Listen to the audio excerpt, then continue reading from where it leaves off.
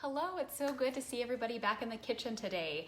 We don't have baseball today, so I wanted to take this opportunity to share some techniques about how to use one of my favorite knives in the kitchen. It is a paring knife. Real quick, I just want to show you the three kind of essential knives that I have in the kitchen. First is my very favorite chef's knife. This is a 10-inch chef knife. It's a Wusthof. There are different quality of knives, but you'll notice that one good thing about quality knives is that the blade goes all the way through the knife. Some knives can be really good if they're stamped and end at the hilt, but this has a really good weight and it feels really good in my hand. So that's a really quality knife. I use a chef's knife for almost everything. I'm just really comfortable with it, but it can be intimidating if you're new to it. So we're gonna start with the smaller knife, which is the paring knife. This is more similar to the knife that I used when I was growing up and cooking with my mom in the kitchen. It's also a Wusthof. Like I said, Wusthof is one of my favorite brands. They make really quality equipment. The only other knife that you really need in your kitchen, and this is really only if you ever bake bread, is a bread knife. It is serrated, unlike the other two knives we just looked at. But otherwise, I point this out because it can be intimidating when you're purchasing a knife set to want to spend hundreds of dollars on knives. Honestly, the two knives that you should be using most in your kitchen are that chef's knife and a paring knife. So let's go over really quickly how to hold that paring knife. This is a knife that you're not going to use a cutting board with, which is why we're going to do everything up here in the air and not on the counter, because like I said, you don't use a cutting board when you're using a paring knife. The way you hold it, you want to hold it firmly in your hand, so you kind of grip it using your dominant hand. Put your index finger on top and that helps stabilize it, and then your thumb should be down here.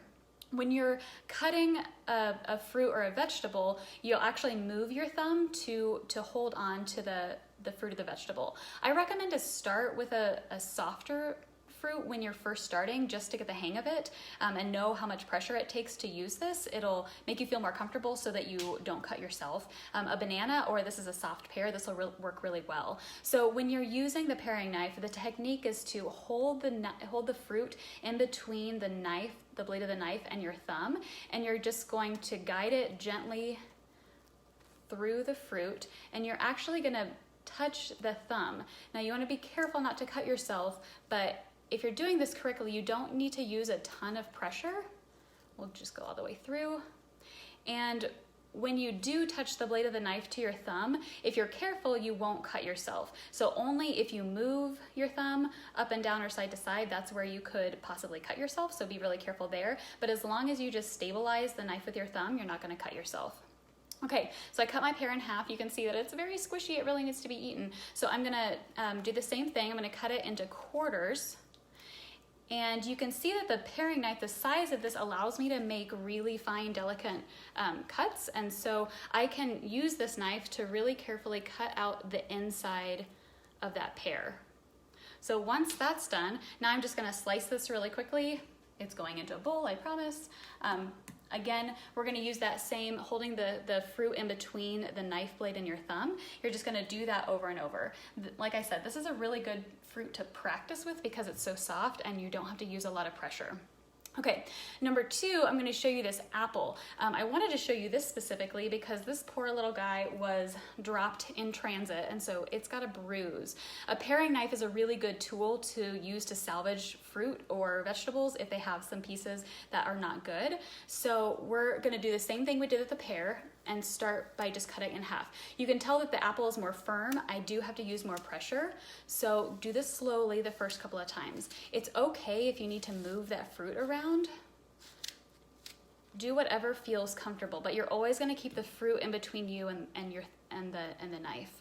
So you can see here, there's our not great apple piece. So we're gonna use the paring knife to use that delicate work, and we're going to just cut out that not great piece. So we can throw that part away, and now our apple is just fine. So there's a lot of good stuff there. I'm gonna do that with another little piece over here, and then I will finish cutting the apple. So the apple is just like the pear, it has the seeds on the inside. So again, we're gonna cut it into quarters, and then I'll use that knife to just cut out the inside there.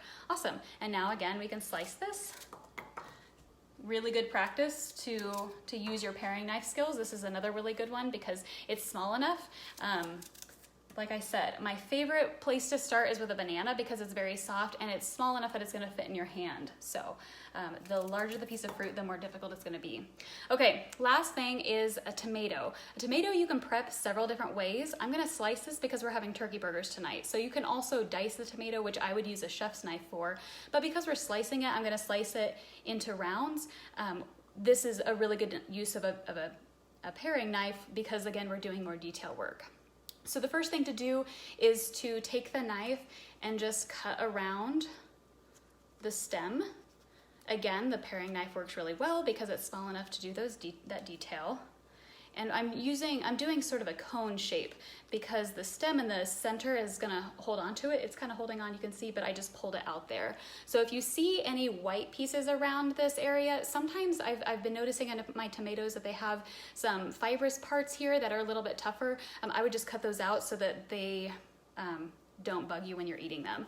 I'm also gonna trim off the bottom here. And now I'm gonna use my paring knife. I'm gonna hold the tomato in one hand, and now I'm just gonna slice it across. So I can turn the tomato as I'm doing this, and turning. And again, there's a little bit of a tough place in the middle where that stem is, but then it just comes off and we have a great slice. So I'm gonna do that again with all of these. If it makes you nervous to do this with a knife in the air, then lay the tomato down and do it on a cutting board.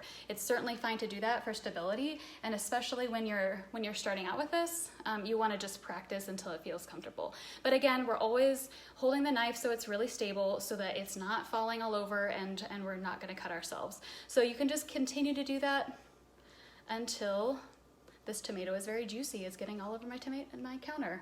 Hopefully it's delicious. It's from the farmer's market. Shout out to Miller Farms. So again, at this very end, I'm actually gonna go back to my original, the way I held it, and I'm putting the tomato in between my thumb and the knife.